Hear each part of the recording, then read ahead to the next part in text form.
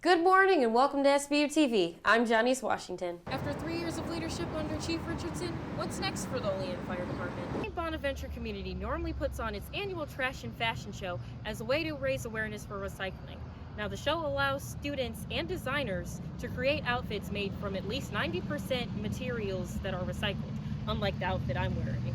After 24 years in prison, convicted killer Edward Kent has been released Thursday on parole.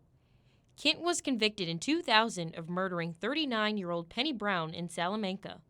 He was initially supposed to be released Wednesday, according to the New York Department of Corrections.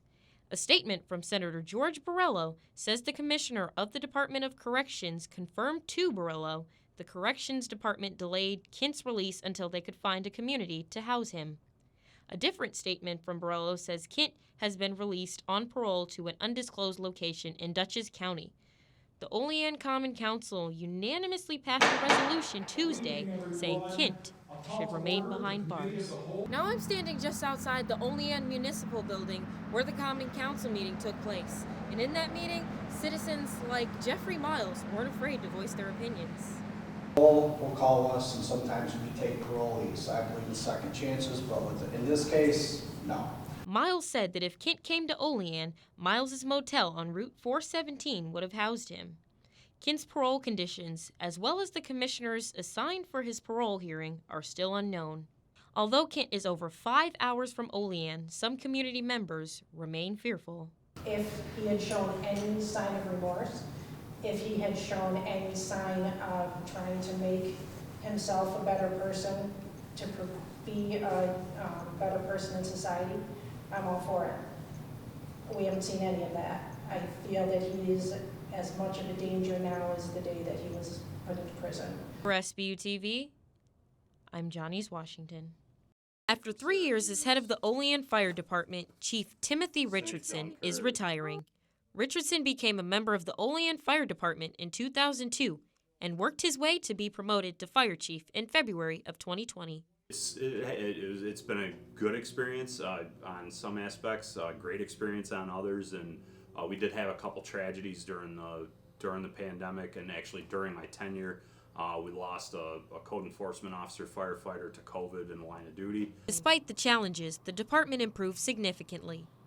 We've updated basically all our department's operating guidelines, all of our department's policies and procedures that didn't need to exist back 20, 30 years ago, such as social media policies and mandates that come down from the state or federal government regarding health and safety that we may not have thought of in the past that needed to be implemented. After 3 years of leadership under Chief Richardson, what's next for the Olean Fire Department? Meet Olean native Eric Morard, the current interim chief of the Olean Fire Department. It's a great job. It is very rewarding. Plenty of things to do, plenty of extra projects to take on. If you like that type of stuff, to be out in the community and help people. So it's just a great job all around. Morard wants to continue moving the fire department in a positive direction. My goals are to make it a little bit more resilient with some safety factors added in, what we can provide.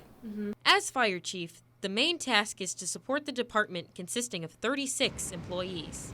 Morard says other tasks include looking for funding and grants. April 29th is Richardson's last day in office, and Morard can't wait to start. There's a lot to learn, but I'm eager to learn. For SBU TV, I'm Jah'Neyce, Washington. In 2022, New York State produced 845,000 gallons of maple syrup. But what does it take to make the sugary treat? I sat down with the owners of Spring Bottom Farm to find out. You've got to have freezing nights and warm days, so the fall also, but it's more consistent freeze thaw in the spring, and that's why it's typically made in the spring. The syrup starts out as sap collected from trees. The sap is then collected through pipelines, which get them all the way to the sugar house. In the sugar house, the sap is in the evaporator for boiling. If the weather's correct, we might boil every day for a week or two, and then we've actually had a week off. We haven't boiled for a week because it's been cold. So it all depends on the weather. Once the evaporator reaches exactly 217.2 degrees, you've got some sweet syrup. You're so sweet. Recently, people have been using maple sugar as an alternative to white sugar. It's the most pure sweetener that you can get, So we have customers coming in not getting maple syrup just to pour on pancakes, but they're also getting it to put in their coffees or put in their tea. Maple syrup has 4 different grades based on the color and flavor and depth in the syrup, determined by when it was harvested. And grade is determined by the color of the syrup. Everybody strives to get the lightest colored syrup. Not everybody cares for the lightest colored syrup taste, but that's what everybody strives for. The syrup is great as an alternative because the sugar content is less than white sugar, which helps keep daily sugar totals down. Despite the recent weather changes, the Pomeroys hope to make as much maple syrup as they can this year. For SBU TV, I'm Jah'Neyce, Washington. Planet Earth is our home, and we should do everything in our power to save it. The fashion industry accounts for nearly 10% of humanity's carbon emissions, according to a MacArthur Foundation study. To decrease carbon emissions, we can use sustainable fashion, which is clothing that is environmentally friendly. St. Bonaventure community normally puts on its annual trash and fashion show as a way to raise awareness for recycling. Now, the show allows students and designers to create outfits made from at least 90% materials that are recycled, unlike the outfit I'm wearing. The event started as part of a nationwide effort to reduce waste. Quick Arts Center curator Sean Conklin recalls one of the outfits he helped design, made of 500 bottle caps. I saw a bartender taking the beer bottle tops off, and I said, "What do you do with those, at the end of the night?" And they said, "We just throw them away." So I actually asked if they would keep them over the course of 4 months, and we used it to make this giant fringe skirt. In the show's early days, Conklin also modeled in the show.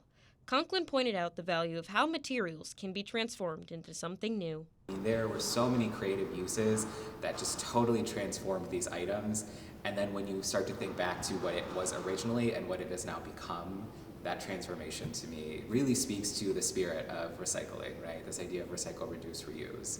For SBU TV, I'm Jah'Neyce, Washington.